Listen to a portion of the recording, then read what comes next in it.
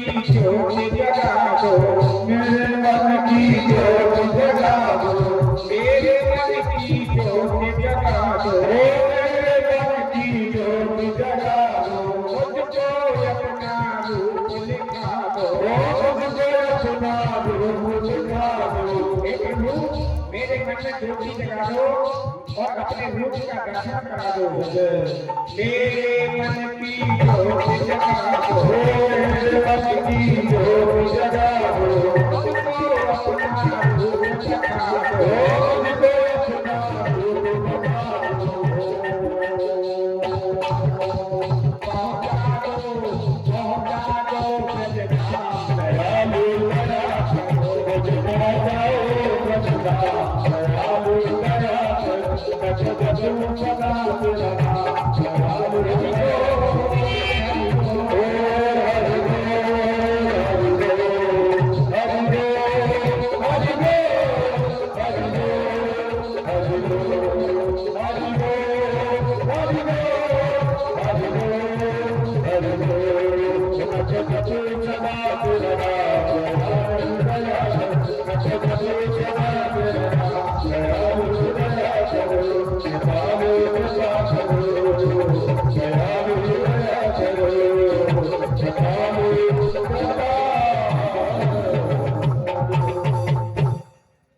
बोलिए शंकर भगवान की जय हो।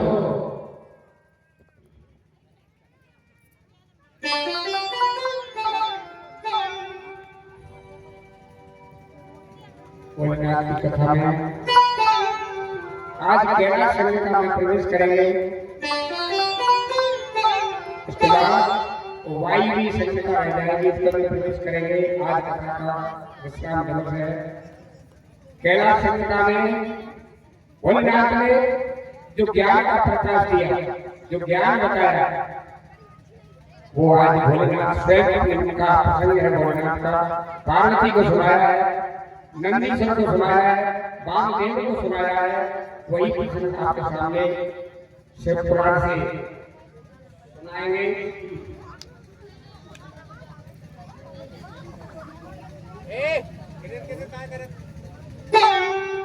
श्री वामदेव जी कहने लगे, एक छह वाले विज्ञान अमृत की समुद्र आप 6 प्रकार के अर्थ का ज्ञान बताने की कृपा करें। इसका प्रतिपाद्य कौन है और ज्ञान का फल क्या है, इसका अर्थ क्या है।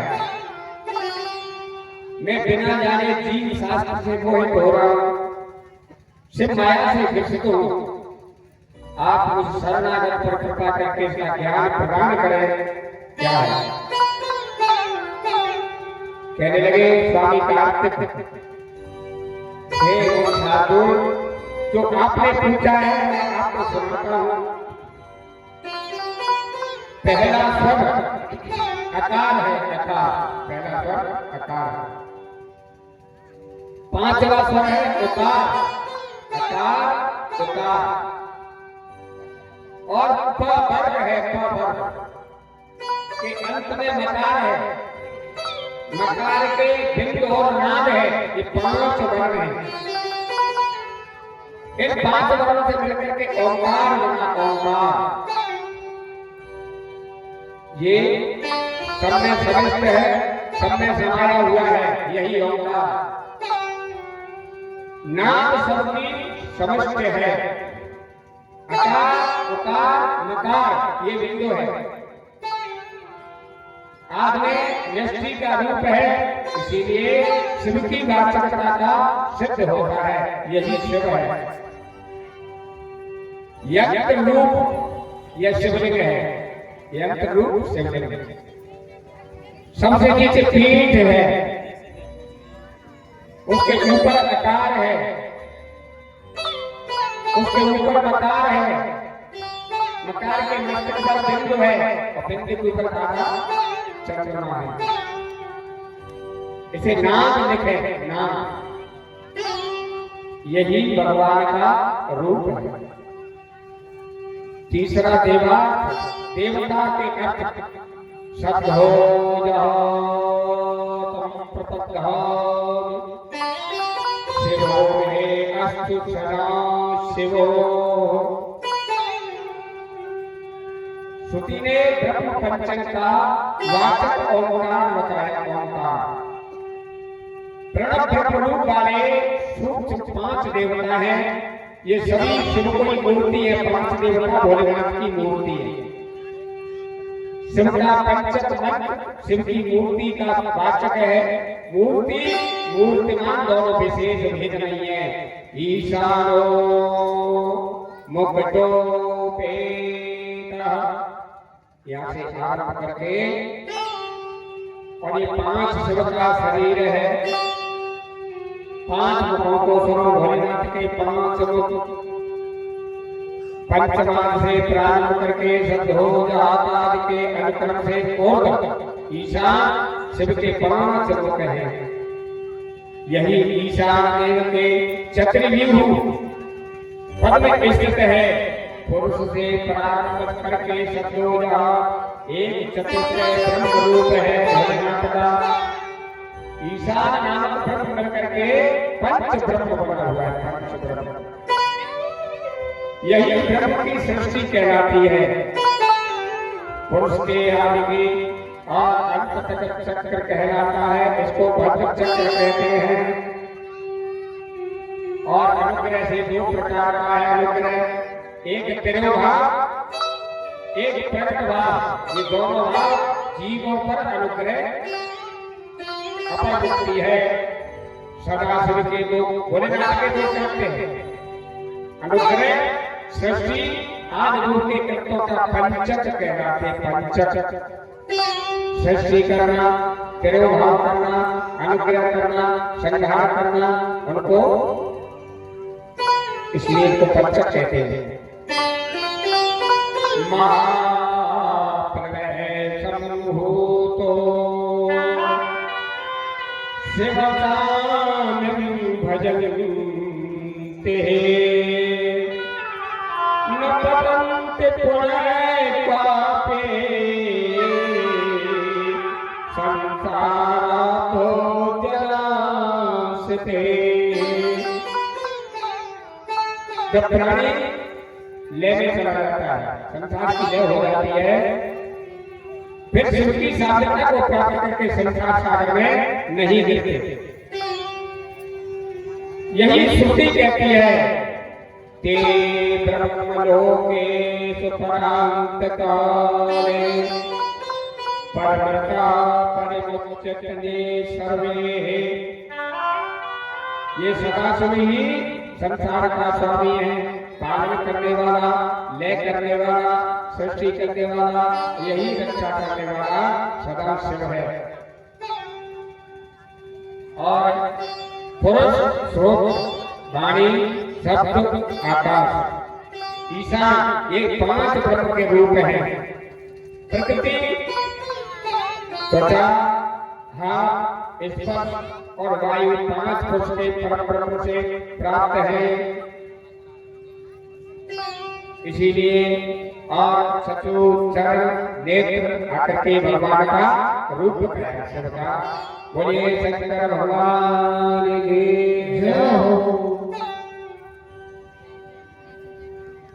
अंग में लगाते भस्म, अंग में लगाते हमेशा ही चिता की भस्म, फिर भी वो परम पवित्र कहलाते हैं। गोदी में बिठाए रहते हैं गिरजा को सदा, फिर भी भोलेनाथ योगी राज कहलाते हैं। घर लाए धन धाम अन्न और भूषण लाए, फिर भी भोले बाबा सदा महादानी कहलाते हैं। देखत भयंकर पर नाम पर शिव शंकर है, नाच करते हैं विश्वनाथ कहलाते हैं। ऐसे मेरे भोले बाबा हैं। भोले बाबा का बहुत बड़ा संसार है, इसीलिए भोलेनाथ का स्मरण करना चाहिए। अब सृष्टि वर्णन बताया, ईश्वर कहने लगे हमने सृष्टि की उत्तम पद्धति को कहता हूं। महेश चतुष्टय सरासर में होती है, आकाश के अधिपति प्रभु सृष्टि समस्त रूप है, सब में समाया हुआ है। महेशादि चार रूप उसी की दृष्टि है। महेश्वर, रुद्र, ब्रह्मा और विष्णु सब उसी के। रुद्र भी उसी के हैं, महेश भी उसी के हैं, विष्णु भी उसी के हैं और रुद्र भी उसी के हैं। ईश, विश्वेश्वर, परमेश, सर्वेश्वर ही श्रेष्ठ भाव का एक चक्र है। तिरोभाव भी दो प्रकार का होता है, एक रुद्राक्ष गोचर, दूसरा जीव समूह के शरीर में अनुभूत होता है। जब तक जीव का पुण्य और पाप रहता है, स्थित है, तब तक वह रहता है। कर्म की सत्यता समाप्त हो जाती है, कारण जो विभुव है, और वो कर्म में समाप्त होकर के फिर अपने अपने धाम के लिए चला जाता है। एकदेव पदम प्राप्य महेश पद सेविना महेश्वरा आलोक्य प्रमादादिदेव विमोक्तिदम्।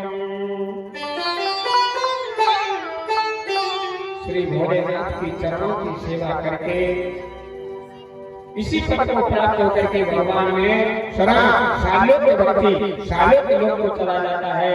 महेश्वर के शस्त्र में अंत में रुद्र की मूर्ति उत्पन्न हुई है। अघोर मन से आकार वाले तेज के तत्व के स्वामी है अघोर। अघोरभ्यो घोरभ्यो तेरभ्यो सर्वभ्यो नमस्ते अष्ट रूप रुद्रभ्यो नमो नमः। ये सबका अघोर रूप है। इसीलिए और जाकर के इसी के शिव हुए, हर हुए, मंगल हुए, भव हुए, इसी के भगवान के सारे अनुग्रह हुए। अद्वैत ज्ञान के बारे में बताया। कहने लगे महादेव जी, हे स्वामी, मैंने आप लोगों से मन से ओंकार रूप अमृत का पान किया है। आप अब ज्ञान क्रियात्मक व्यवहार सर्वा अनुसिद्ध है। वह देह इंद्रिय है, मन बुद्धि अहंकार से उत्पन्न महान आत्मा का रूप है महाराज। इन दोनों बातों में विवाद होता है। आप अज्ञान समूह संसद रूपी विश्व वृक्ष को काट करके ऐसा कर दीजिए जो हमारे चित्त में भूमि शिव के अद्वैत कला वृक्ष का जन्म योग्य हो जाए। ऐसे वचनों को सुनकर के वामदेव जी कहने लगे, निष्कर्ण जी, हे वामदेव जी, ये आपने परम गुप्त रहस्य सुनो। ये कर्म सत्तानुक तत्व में आरंभ करके जो सविस्तार करता है, ये विचारवान है। पुरुष को विवेक पूर्वक श्रवण करना चाहिए, क्योंकि शास्त्र के जो वचन है ज्ञान देने वाला है। आपने अपने शिष्य को विस्तार से शास्त्र का ज्ञान दिया है। फिर वो नीच बुद्धि के प्राणी कपिलाद के शास्त्रों को पढ़ करके ईश्वर नहीं है ऐसा कहते, उनका आशय नहीं जानते। शिव की निंदा करने वाले पूर्व में 6 मुनियों द्वारा स्थापित हुए। इसी कारण की वार्ता सुननी चाहिए। प्रतिज्ञा है, उदाहरण उपमेय निगम इन 5 अग्निवाला ऐसा कहते हैं। इस प्रकार से षटको स्वरूपम पिंडो